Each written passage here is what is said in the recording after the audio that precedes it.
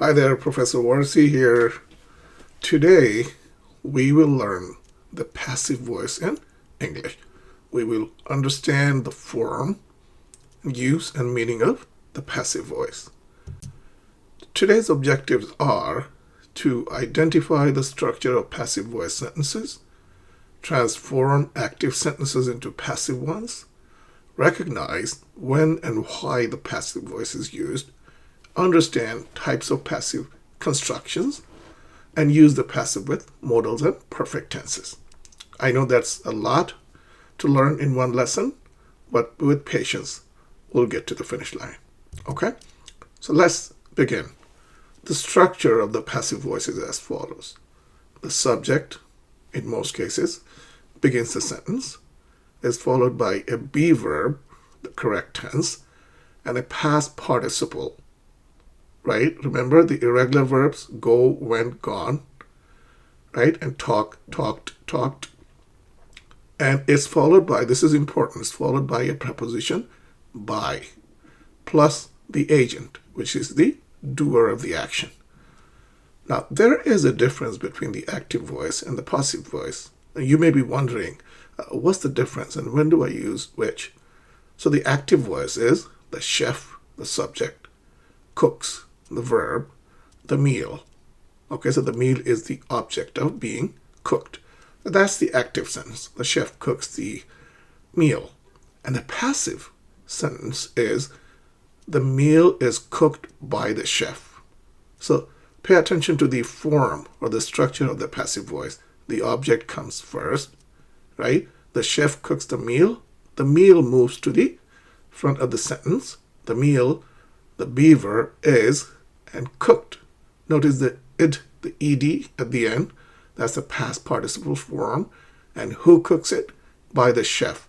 So what is important for you to learn is that the structure of the passive voice is such that the object comes first.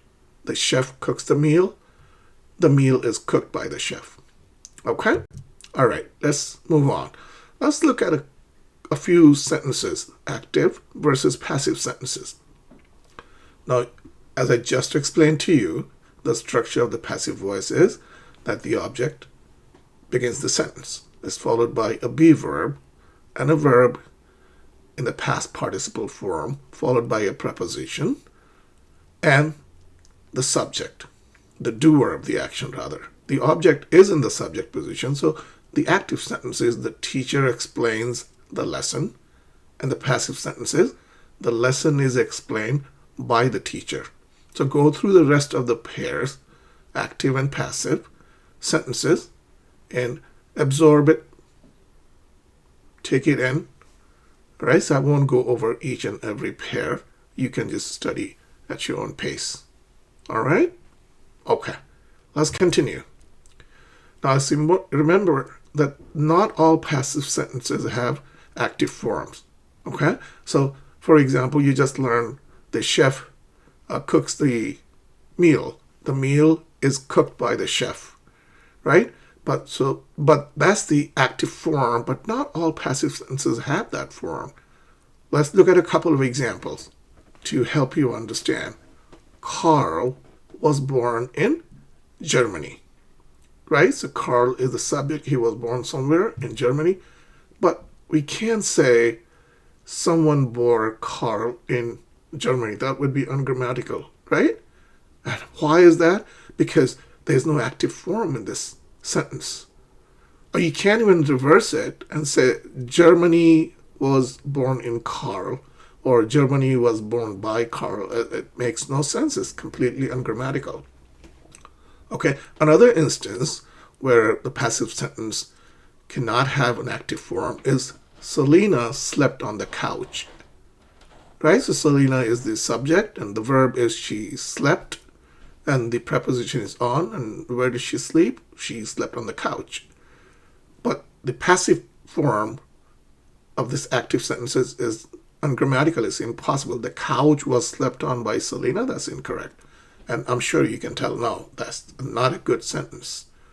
All right? So there are agentless passive sentences, right? We just learned that all passive voices do not have an agent, but agent-less passive sentences. Let's look at a couple of examples. You see those lovely oranges? These oranges are easy to peel. Who is peeling the oranges? That's not important at all, right? Grapes are grown in the valley. Now, some farmers are growing grapes, but that is not the focus of the sentence. Grapes are grown in the valley. The results were announced yesterday. Who announced them? It doesn't matter. It's not relevant. The results were announced yesterday. Okay? So the types of passive sentences, and now I'm going to test your knowledge of this. I'll give you an exercise later, but let's learn the different types. A simple passive, there are 4 types, and simple passive is just the be verb plus the past participle form. The cake was, so was is the be verb, baked, right? Bake, baked, baked. It's the third form, the past participle form. The cake was baked by my aunt. The second type is the verb get and the passive, the past participle form, take, took, taken. That's irregular, and promote, a regular verb, promote, promoted, promoted. So the example of number 2 is he, got. That's the get passive, right? The verb got, get. He got promoted last year. Okay? The third type is a complex sentence with a be passive. She, the subject, is the be verb. Said to be very kind. So that's a complex, not a simple sentence. That's a complex sentence. And the last type of passive sentences is a complex have passive. So what's the difference between the two, complex be and complex have? Well, the answer is very simple. It's she is. That's a be verb, right? And have, the past tense of have is had. We had our house painted. All right? Okay. Now, there are passive sentences with modals and perfect tenses. If you remember, right?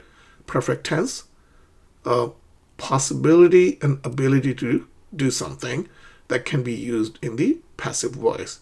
This problem can be solved easily. That's a passive sentence, right? Who is solving it?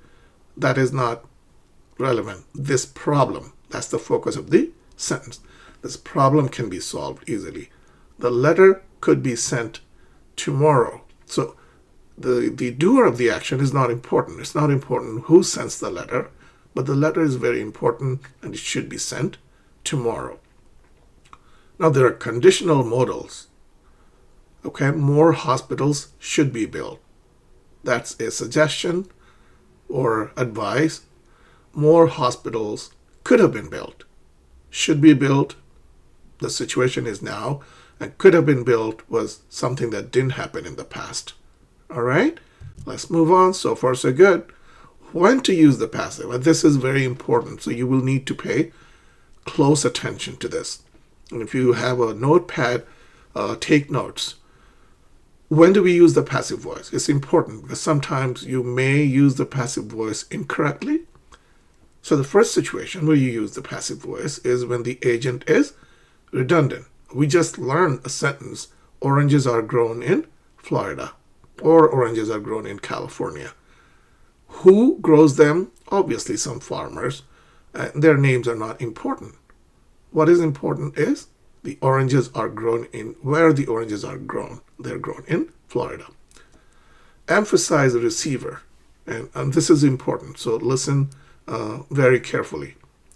We use the passive voice when the object is more important than the subject. Okay? JFK, America's former president, late president. JFK was assassinated by Oswald. So Oswald was the assassin. He was the killer. He killed JFK. But nobody knew the killer. JFK was the president of the United States of America. He was a very important figure.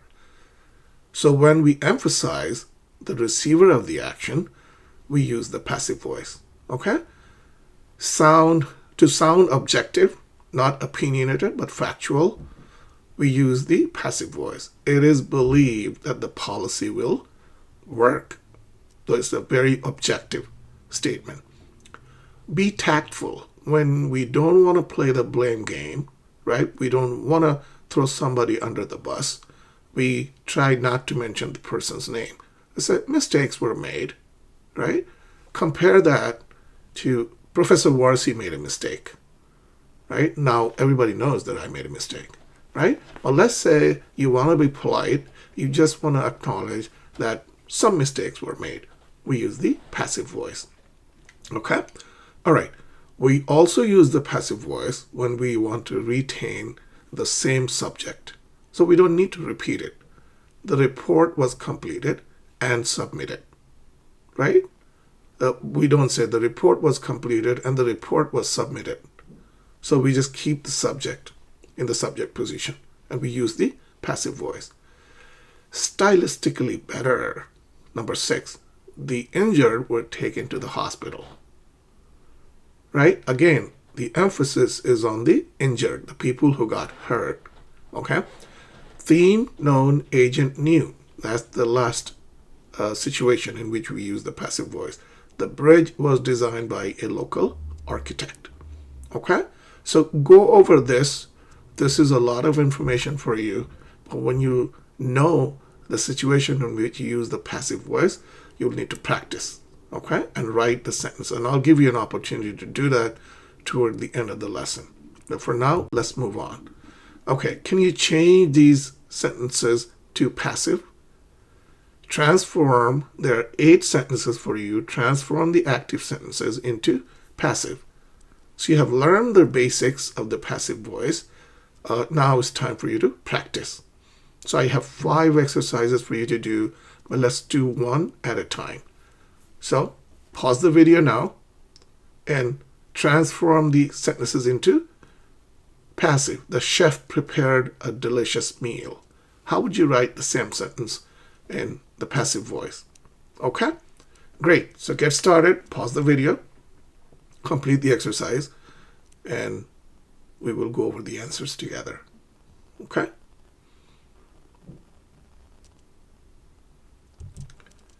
All right. So here are the answers for you.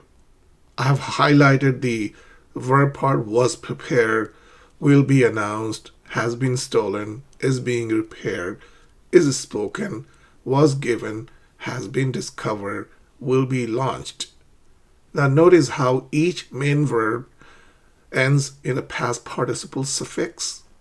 Prepared, steal, stole, stolen, give, gave, given. All right? So I hope you did a great job on this exercise. Okay, exercise 2. Now remember we learned the be passive and the have or had passive, right? Now I'm asking you to read each sentence and identify the type of passive it is. All right? So there are 5 sentences. Read them carefully and just identify. He got promoted last year. What type of passive is that? Okay, so take a couple minutes to complete this exercise. All right, got. He got promoted, right? That's a get passive. Get, got, gotten. She is said to be a talented singer. So is a be verb, right? Is, was, am, are. It's a complex sentence and it's a be passive. The third one, the homework was completed, was. That's a be verb. So it's a simple be passive. Number 4 is a have passive. It's a complex sentence. We had the roof repaired. So that have is the passive verb there. And the car was damaged. This one is easy, right? You just learned she is said to be, is a be passive. The car was damaged. Simple be passive. All right, so we have done 2 exercises. Now let's do 3 more. This is exercise 3 for you.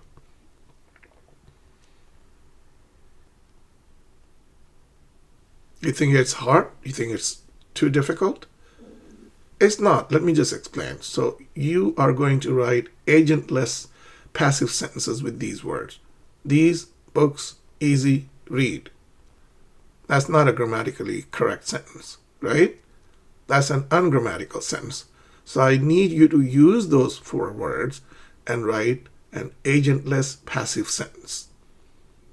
So these books easy read. Notice that the sentence does not tell the reader who is reading the books, right? So it's an agentless passive sentence. Try. I know it may be difficult because this is something new that you've learned. Okay? Do your best.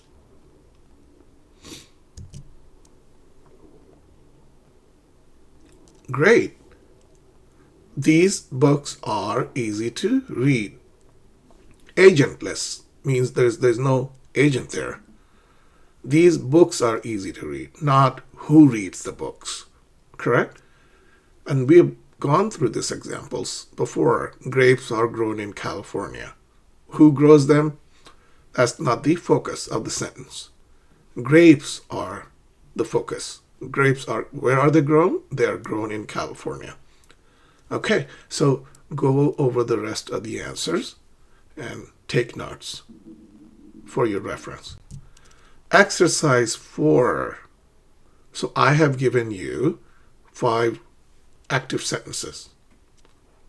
Your task is to rewrite them, or in the passive voice. They should build more schools. That's an active sentence, right? The government could improve the roads. That's an active sentence. Now, do your best. Okay? Pause the video now. Stop here. Complete the exercise. And I'll wait for you to finish.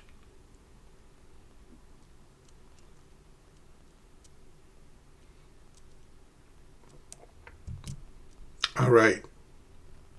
Here are the answers. They should build more schools. Now remember, this is a passive sentence. More schools should be built. Because it's not they that is the focus, it's the schools that are the focus of the sentence. The government could improve the roads. The roads could be improved. Do you see? People can solve this problem easily. That's an active sentence, people. But the problem is more important. So this problem can be solved easily. Should be emphasized. All right? Very good. So I hope you're doing well. The active voice is not very frequently used in English, but there are situations, as we learn, in which only the passive voice is appropriate. So select the correct form. This is the last exercise, and then we will wrap up the lesson. Okay, number 1, the results, blank, and I have given you 3 choices. You have to pick one. The results, blank, put either was announced, were announced, or will announce as yesterday. This should be easy for you now that you have learned so much about the passive voice. Okay? This is your last exercise. So I need you to do your best. And you should be able to get all of them correctly. Okay, are you ready for the answers? Here we go. These are the answers.